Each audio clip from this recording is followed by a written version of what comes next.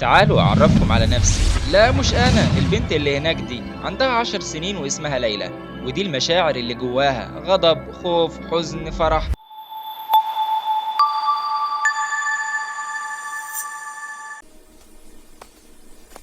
ايه ده؟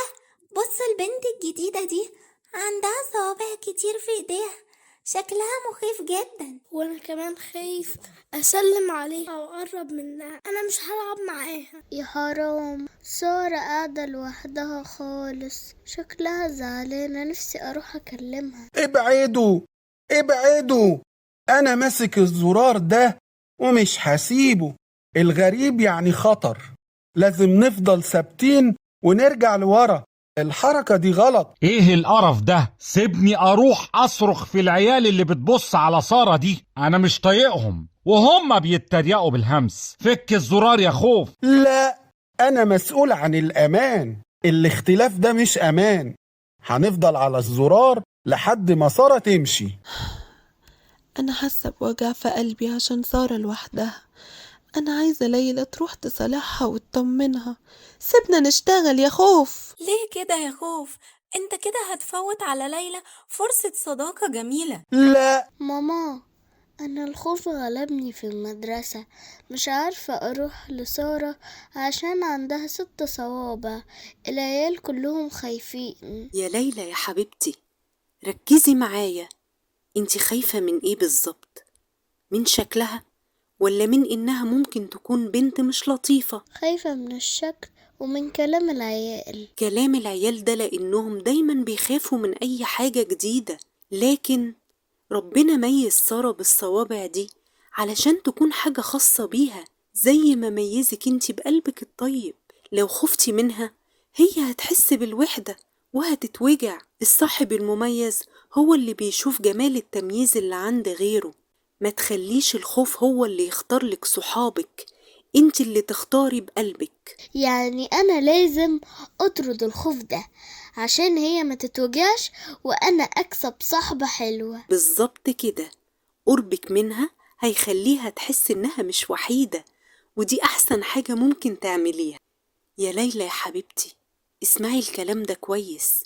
اي حد شكله مختلف قربي منه وما تخليهوش يحس بالوحدة ابدا.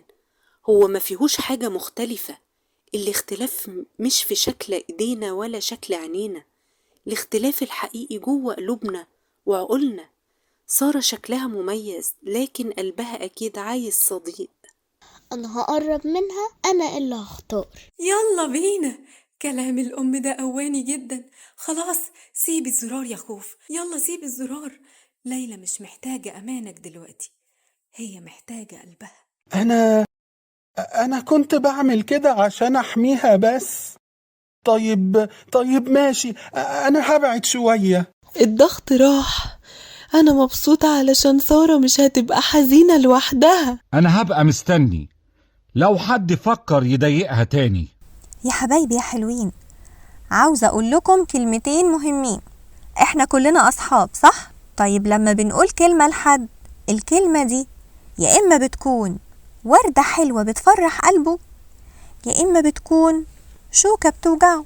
كل واحد فينا ربنا خلقه بشكل حلو ومميز. في حد شعره ناعم وحد تاني مجعد، في حد بيحب يرسم وحد تاني بيحب الكورة. كلنا مختلفين وده سر جمالنا. صاحبتنا سارة هي كمان مميزة وحلوة زي ما كل واحد فيكم حلو ومميز بالظبط. عندها حاجة بسيطة مختلفة في ايديها، دي مش حاجة وحشة خالص، ده ربنا خلقها كده. ما ينفعش ابدا نتريق على شكل اي حد خلقه ربنا. التريقة دي بتخلي قلب سارة يزعل قوي كأن حد ضربها بالظبط، بس الضربة دي بتكون في القلب ومحدش بيشوفها. النصيحة البسيطة بتاعتي ليكم هي قبل ما تقول أي كلمة لأي صاحب ليك، فكر كده، هل الكلمة دي هتفرحه ولا هتوجعه؟ لو هتوجعه يبقى خليها جواك وما تقولهاش. من النهاردة احنا فريق واحد، هنشجع سارة وكل أصحابنا ومش هنخلي أي حد يحس إنه زعلان أو مختلف. مين هيكون بطل في إنه يحافظ على مشاعر زمايله؟ فهمنا كلامك يا ميس، احنا اسفين ومش هنعمل كده تاني. تعالي يا سارة. يا سارة، ممكن اقعد جنبك؟ انا ليلى وعايزة اقولك حاجة. ايديكي دي مميزة اوي، دي حاجة حلوة جدا في الرسم. بجد الناس كلها كانت خايفة مني او بتبصلي باستغراب. انا بعرف العب بيانو بسرعة، الصوابع زيادة دي بتساعدني. يا سلام، انا بحب البيانو. ايه رأيك نبقى اصحاب؟ اكيد طبعا، يا ريت.